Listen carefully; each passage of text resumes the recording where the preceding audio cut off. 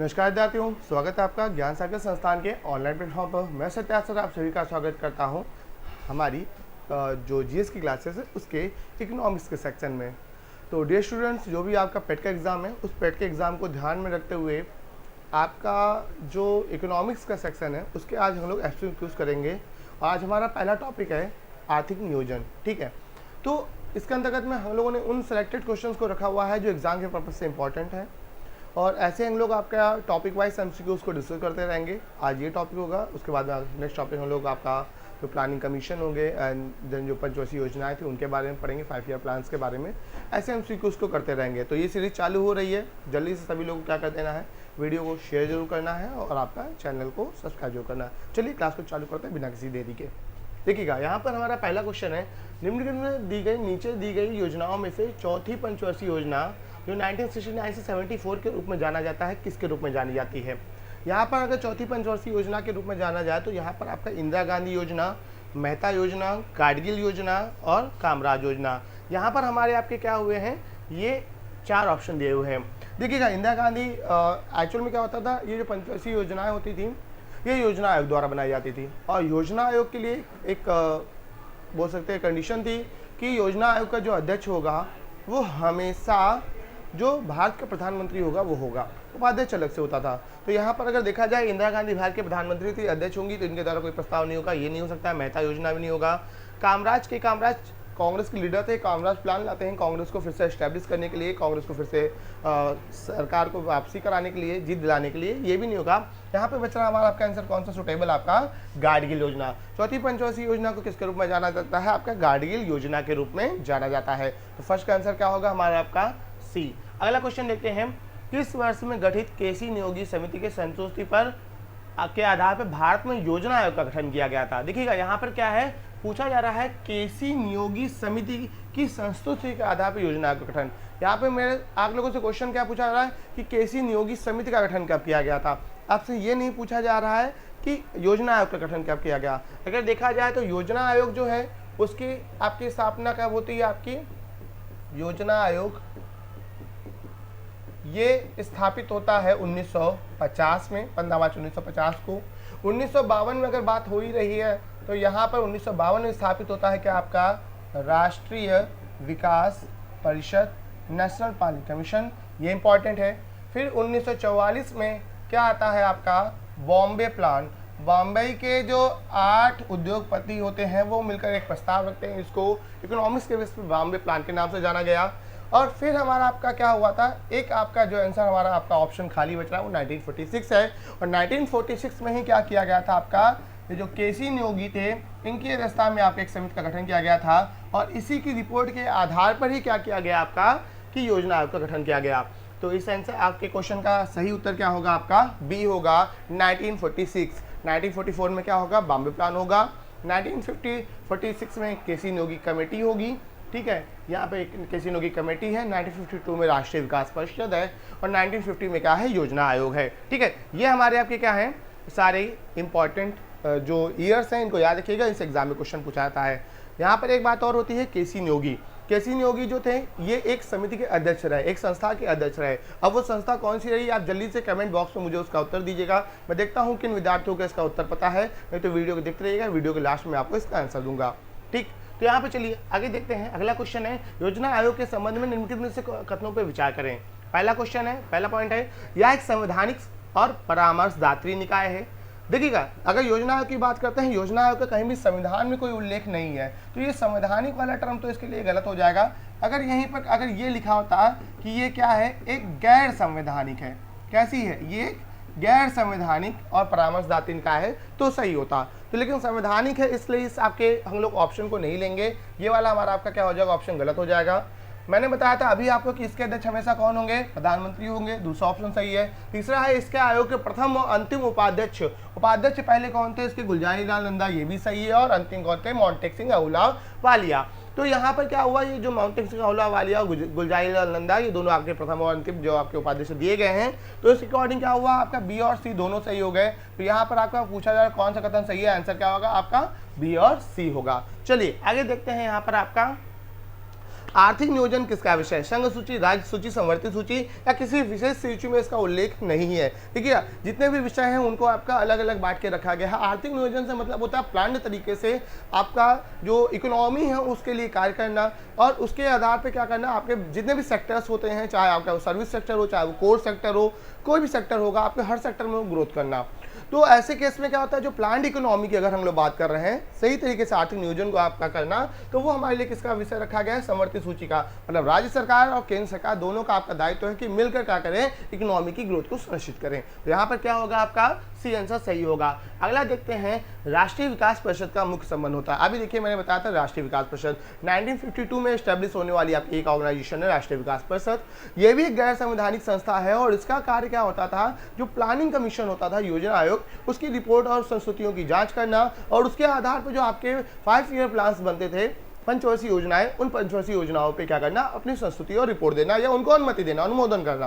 तो ऐसे केस में क्या होता है कि यहाँ पर आपका पहले ही हमारा ऑप्शन मिल जाएगा, हमें राष्ट्रीय विकास परिषद का मुख्य संबंध क्या होगा, पंचवर्षीय योजनाओं का अनुमोदन होगा। तो यहाँ पर आपका पांचवे का आंसर ए आपका सही होगा।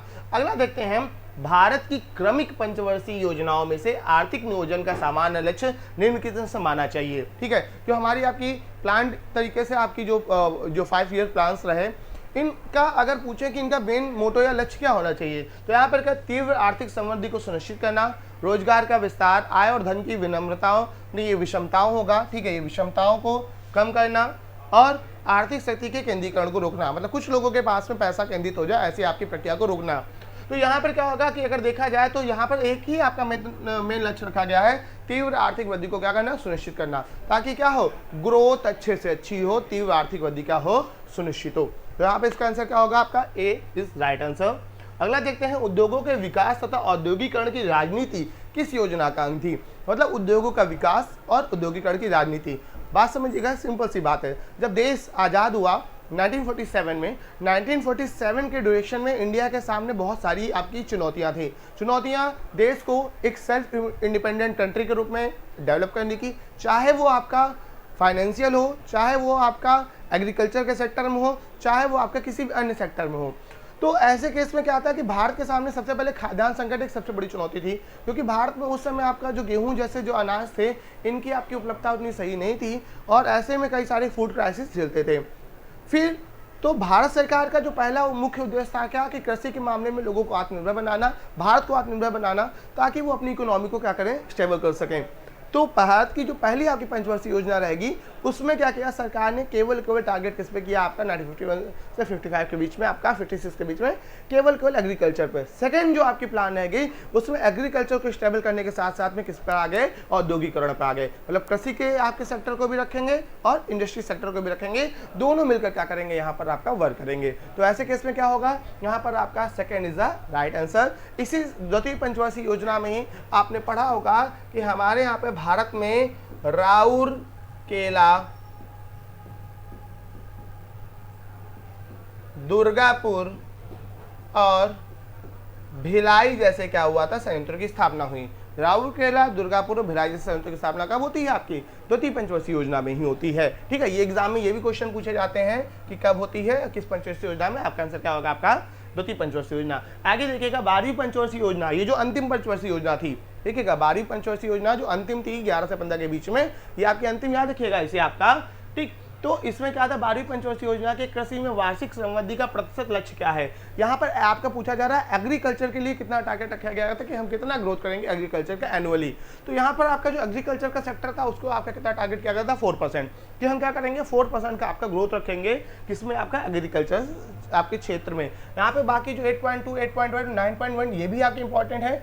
8.2 का जो आपका सेक्टर था, इसको रखा गया था कि देश की जो जीडीपी होगी, ठीक है, ग्रॉस डोमेस्टिक प्रोडक्ट, मतलब सकल घरेलू उत्पाद, इसकी जो हमारा आपका ग्रोथ होगी, इसको हम लोग कितना ले जाएंगे, 8.2% ले जाएंगे। 8.1% आपका थोक मूल्य सूचकांक को रखा गया था कि इसमें हम इतनी ग्रोथ करेंगे, और 9.1 आपका जो आपका सर्विस सेक्टर था, उसकी ग्रोथ डिसाइड की गई थी। आज के समय पर हमारे यहाँ पर सर्विस सेक्टर जो है वो सबसे बड़ा हमारा आपका है। इसका क्वेश्चन बनता था लास्ट ईयर, आई थिंक पेट के एग्जाम में क्वेश्चन था भी, मुझे याद नहीं प्रॉपर अभी, लेकिन सर्विस सेक्टर से आपका एग्जाम में क्वेश्चन था। और यहाँ पर क्या आता है, सर्विस सेक्टर होगा वो हमारा आपका सबसे बड़ी आपका इस समय सेक्टर है, तृतीय क्षेत्र। ठीक है, तो ये आपके क्लासेस में हमने आपको पढ़ाया हुआ है। क्लासेस में उसके हिसाब से देख लीजिएगा। आपका यहाँ पर आपका ये आपका कौन सा 12वीं पंचवर्षीय योजना के हमारे टारगेट्स हो गए। ठीक, आगे देखते हैं अगला क्वेश्चन है 20 सूत्रीय आर्थिक कार्यक्रम। ये सबसे पहले कब प्रारंभ किया गया था? 20 सूत्रीय आर्थिक कार्यक्रम की बात करते हैं, 20 ऐसे पॉइंट्स रखे गए थे जिनके आधार पर क्या हुआ था कि देश की इकोनॉमी को बदलने का प्रयास किया गया था। ये प्रयास आपका इंदिरा गांधी सरकार के समय 1975 में होता है। यहाँ पर क्या होगा 1975 में होगा और इस समय पीएम कौन होंगी? आपकी इंदिरा गांधी। ठीक है, तो इंदिरा गांधी जी उस समय क्या थी? पीएम थी। और उसी समय क्या हुआ था आपका सर्विस सेक्टर के आपके 20 सूत्री कार्यक्रम को लॉन्च किया गया था और उसमें आपके सारी चीज़ों को आगे रखने का प्रयास किया गया था। आगे देखते हैं शिक्षा क्षेत्र के लिए 11वीं पंचवर्षीय योजना किस विषय वस्तु पर आधारित थी, उसकी थीम क्या थी? अगर 11वीं पंचवर्षीय योजना की बात करते हैं शिक्षा क्षेत्र के लिए, तो यहाँ पर क्या होता है अनिवार्य प्रारंभिक शिक्षा। देखिएगा शिक्षा सबके लिए नहीं है, खेल के साथ शिक्षा नहीं है, तो यहाँ पर क्या होता है आपका अनिवार्य प्रारंभिक शिक्षा आपका सबसे पहला टारगेट था। अनिवार्य प्रारंभिक शिक्षा की अगर बात करें तो यहाँ पे क्या था कि सरकार का टारगेट क्या है कि सबको लिए आपका जो बेसिक एजुकेशन हो वो सबको मिले। ठीक, आगे देखें अगला पॉइंट है भारत में अनवरत योजना। ठीक है, अनवरत योजना को हम लोग आपका बोलते हैं किसको? रोलिंग प्लान के रूप में मानते हैं। ठीक है, देश में क्या हुआ कि आपकी जो इकोनॉमी थी इसे 5 साल की जो आपकी योजनाएं चलती थी इनमें आपका ब्रेक लिए गए हैं। उन ब्रेक्स की अगर बात करते हो तो यहाँ पर एक रोलिंग प्लान आता है। रोलिंग प्लान आता है जो आपका यहाँ पर आपका 1978 से 80 के ड्यूरेशन में, ठीक है 78 से 80 के बीच में क्या आता है? रोलिंग प्लान आता है। अब ये रोलिंग प्लान क्या है और कैसे वर्क करता है समझिएगा, थोड़ा सा शॉर्ट में बताते हैं, बाकी क्लासेस में इसको डिस्कस किया गया है। होता क्या है कि हमारा आपका 1974 से 79, ठीक है 74 से 79 पंचवर्षीय योजना का समय था। लेकिन इसी बीच में क्या हुआ, इसी ड्यूरेशन में देश में इमरजेंसी लग गई, आपातकाल लग गया। और इस इमरजेंसी के ड्यूरेशन में क्या हुआ कि बाद में एक नई सरकार आ गई। कौन आ गई? जनता पार्टी की सरकार आ गई। ठीक है, कौन सी? जनता पार्टी की सरकार आ गई मोरारजी देसाई के नेतृत्व में। इस जनता पार्टी की सरकार ने आपकी इस परियोजना को हमारा आपका क्या हुआ था आपका यहाँ पे ब्रेक किया और उसकी जगह पे क्या हुआ इन्होंने 1978 में 79 में एंड हो रही थी, 78 में ही उसको ब्रेक कर दिया और बोला कि इसकी जगह पे हम लोग क्या करेंगे, अब 5 साल तक एक साल की योजना लाएंगे, उनको बोलेंगे रोलिंग प्लान बोलेंगे। ठीक है, वहाँ पे क्या बोला, उसको रोलिंग प्लान लेके आएंगे एक साल के लिए। तो यहाँ पर क्या हुआ कि ये रोलिंग प्लान आपके 2 ही साल के लिए आते हैं, अगले 3 साल के लिए नहीं आते हैं और वो 78 आपसे आपका 79 और 80 की ड्यूरेशन रहेंगे। ठीक है, तो ये आपकी क्या थी, ये रोलिंग प्लान की योजना किस पे होगी, 78 टू 80 के बीच में। आगे देखते हैं भारत में आर्थिक नियोजन का स्वरूप है विकेंद्रीकृत, निर्देशात्मक, समाजवादी और पूंजीवादी। देखिएगा भारत में आपका जो आर्थिक नियोजन है ये आपका विकेंद्रीकृत भी है। ठीक, विकेंद्रीकृत मतलब किसी एक जगह पर केंद्रित होकर उसकी आपका जो सारा प्रशासन या बोल सकते तंत्र नहीं चल रहा है, किसी एक शक्ति या निकाय के हाथ में नहीं है। दूसरा क्या है आपका निर्देशात्मक है, हाँ निर्देश के माध्यम से चलता है। समाजवादी और पूंजीवादी, समाजवादी मतलब जनता के लिए भी है और पूंजीवादी मतलब आपका जो उद्योगपति हैं दोनों के लिए। तो ऐसे में मिक्स आपकी इकोनॉमी है। तो यहाँ पर क्या होगा हमारा आपका डी इज राइट आंसर, इसका आंसर क्या हो जाएगा, डी हो जाएगा। अगला देखिएगा भारत के लिए नियोजित अर्थव्यवस्था नामक पुस्तक के लेखक कौन है। मैं इस क्वेश्चन को बहुत इंपॉर्टेंट के रूप में मानना हूं क्योंकि एग्जाम में कई बार पूछा गया है। प्लान इकोनॉमी फॉर इंडिया, ये बुक किसकी है, ये क्वेश्चन बहुत ज़्यादा पूछा जाता है। प्लान इकोनॉमी फॉर इंडिया ये किसकी बुक है, ये है आपकी सर MM विश्वेश्वरैया, मोचगुंडम विश्वेश्वरैया जो थे उनकी बुक है और ये बुक इन्होंने लिखी थी 1934 में। भैया ये मोस्ट इंपॉर्टेंट आपकी कौन सी बुक है, ये प्लान इकोनॉमी फॉर इंडिया, कई एग्जाम्स में पूछी गई है तो इसको जरूर ध्यान दीजिएगा। आगे देखते हैं अगला question, planning and the poor के लेखक कौन है। ठीक है, अब देखिएगा एक हमने पुस्तक पढ़ी कौन सी आपकी प्लान इकोनॉमी फॉर इंडिया और अगला हमारा आपका कौन सा है कि इसकी जो प्लानिंग एंड द पुअर इसके कौन है आपके, इसके आपके लेखक है कौन, BS मिन्हास। ठीक है, BS मिन्हास। और यहाँ पे गुन्नार मिल्डर की बात हो रही है, किसकी, गुन्नार मिल्डर की। ठीक है, इन्होंने आपकी एक बुक लिखी थी जिसका नाम था एशियन ड्रामा। ठीक है, इन्होंने क्या लिखा था, एशियन ड्रामा, ये इनकी बुक है किसकी, गुरनाल मिल्डर की, ये भी याद रखिएगा। और सबसे बड़ी बात है ये जो गुरनाल मिल्डर थे यही आपके रोलिंग प्लान की, आपकी जो रोलिंग प्लान जो है उसके समर्थक कौन थे, ये गुरनाल मिल्डर थे। और इन्होंने ही जो विकासशील देश थे, डेवलपिंग कंट्रीज थी, उनके लिए बोला कि क्या होना चाहिए, आपका रोलिंग प्लान होना चाहिए। ठीक है, तो यहाँ पे 14 का आंसर क्या होगा हमारा आपका, अभी के लिए यहाँ पर आपका बी है। आगे देखते हैं भोजन काम और उत्पाद का नारा किस पंचवर्षीय योजना में दिया गया था। भोजन काम का और उत्पाद का नारा किस पंचवर्षीय योजना में दिया गया था, ये आपका जो नारा था ये था 7वीं पंचवर्षीय योजना में। 7वीं पंचवर्षीय योजना 85 टू 90 के ड्यूरेशन में रहेगी और इसी पंचवर्षीय योजना में क्या हुआ था, भोजन काम और उत्पाद का नारा दिया गया था। आगे देखें तो निम्नलिखित से कौन सा एक संविधान संस्था है। देखिएगा यहाँ पर संविधान संस्था ना होकर यहाँ पर होना चाहिए गैर संवैधानिक संस्था है। यहाँ पर मैं इसको करेक्ट कर रहा हूँ ऑप्शन के अकॉर्डिंग, यहाँ पर गैर संवैधानिक संस्था है। देखिएगा वित्त आयोग संवैधानिक संस्था है, अंतर्राज्यीय परिषद का भी उल्लेख है, निर्वाचन आयोग का भी उल्लेख है। यहाँ पे बचा कौन सा आपका नीति आयोग, जो रिप्लेस कर रहा है किसको, आपका योजना आयोग को। अगर नीति आयोग की स्थापना की बात करते हैं तो ये कब होती है, 1 जनवरी 2015 को। इसका संविधान में कोई उल्लेख नहीं है, तो नीति आयोग कैसी संस्था है, यहाँ पर आपकी गैर संवैधानिक संस्था है।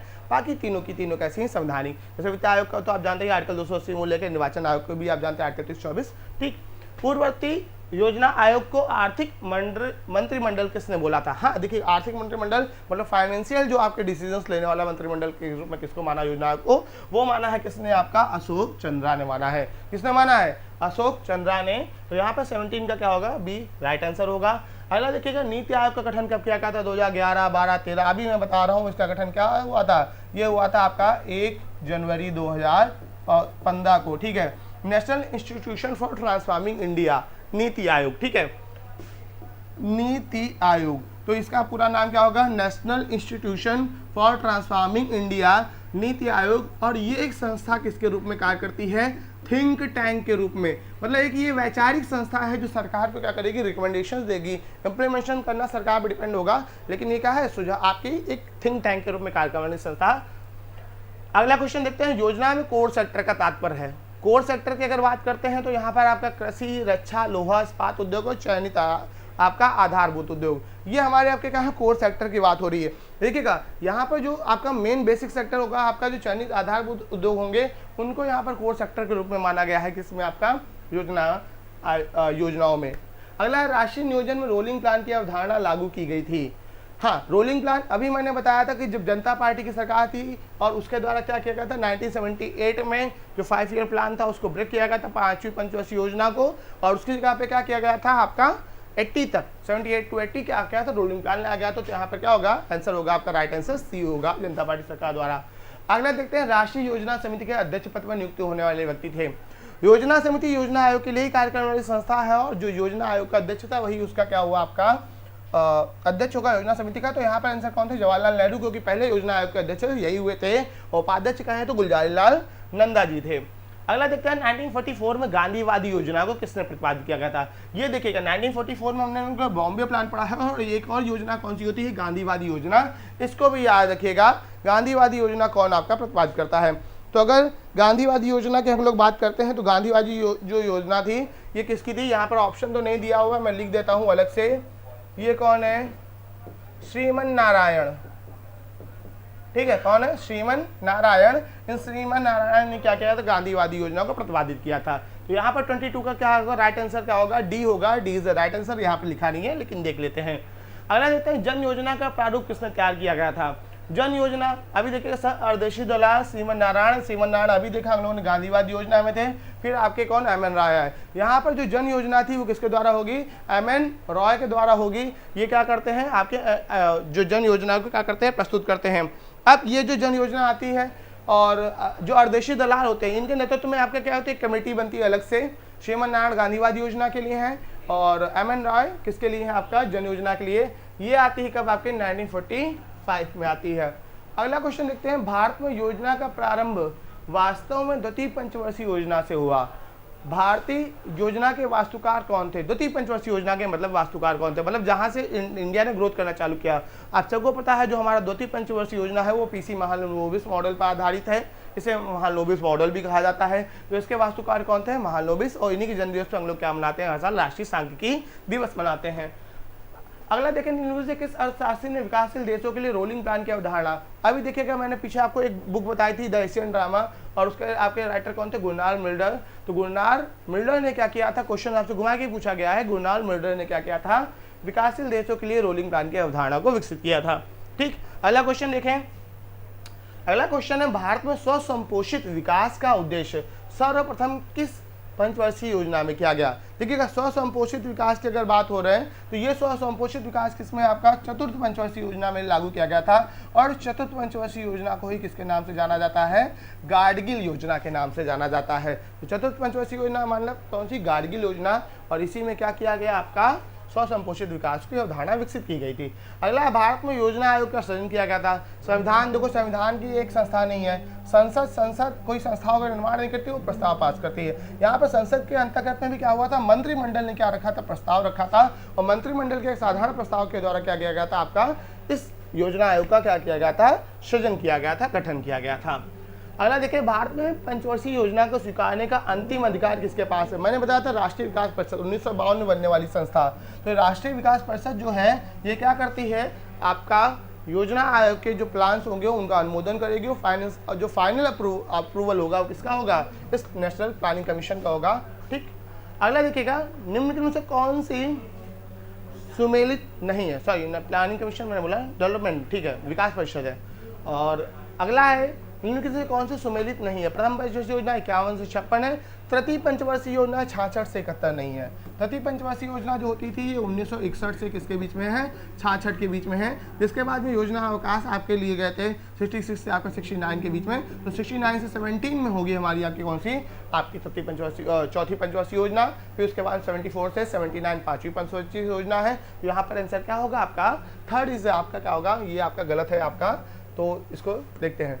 आगे देखिएगा, प्रथम पंचवर्षीय योजना में किस क्षेत्र को प्रमुखता दी गई थी? मैंने बताया था हमारे सामने, देश के सामने सबसे बड़ी चुनौती क्या थी, आपके आत्मनिर्भर बनना, और सबसे पहले किसके लिए, भारत की भूख की आवश्यकताओं को दूर करते हुए कृषि की आपकी जो जरूरतें हैं उनको पूरा करना। तो यहाँ पर क्या होगा आपका, इसका आंसर होगा हमारा आपका क्या, कृषि क्षेत्र की आवश्यकताओं को पूरा करना। ठीक है, तो ये आज आपके जो हमारा आर्थिक नियोजन था इसका पहला टॉपिक है, और इसके आपके ये कुछ इंपॉर्टेंट 30 MCQs हैं। इसी की तरह हम लोग आपका क्या करेंगे, आगे की जो क्लासेस होंगी उनको भी कंटिन्यू करेंगे, और उन क्लासेस में भी हम लोग आपके अगली क्लासेस में ऐसे टॉपिक वाइज पढ़ते जाएंगे, MCQs करते जाएंगे। तो कैसी रही क्लास जरूर कमेंट करके बताइएगा, और सेशन को शेयर भी कर लीजिएगा, और अपने विद्यार्थियों के साथ में, अपने जो ग्रुप के साथ में इसको जरूर से जरूर डिस्कस कीजिएगा। दूसरी बात, अब हमारी जो अगली क्लास होगी उसका भी आप बहुत अगली इंपॉर्टेंट क्लास होने वाली है, उसका वीडियो भी आपको जल्दी मिलेगा, और उसमें क्या होगा, जो पंचवर्षीय योजना है इनसे सबसे ज़्यादा क्वेश्चंस आते हैं। लास्ट ईयर पेट में भी इससे क्वेश्चन था, हम लोग अब पंचवर्षीय योजनाओं के बारे में पढ़ेंगे। अब वो होगी क्लास अगली। आज के लिए इतना ही, धन्यवाद।